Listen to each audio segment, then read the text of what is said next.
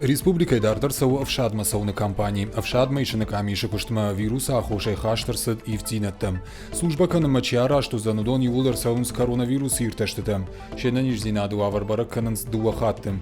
Умевалда шиттонта барнс шатев, шахикуден карнс умейдар сабафаршинс. Социалон дистанции хаштkanга иртештет араженс, авшаттон медицинон лаборатории. Сагати риштоной гажив тонгран каты камарлава, ашчада шалдатай филдер.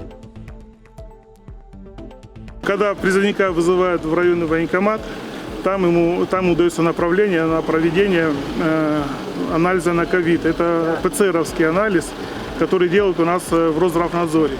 Значит, поликлиники берут анализы, значит, определяют состояние призывника, и с готовым анализом он приходит уже на комиссию у себя в районе.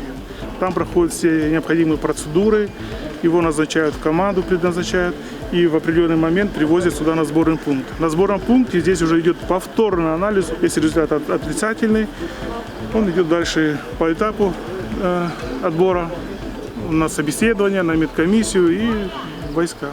Если положительный у нас алгоритм работы таков. Мы вызываем скорую, мы его определяем в изолятор, вызываем скорую помощь.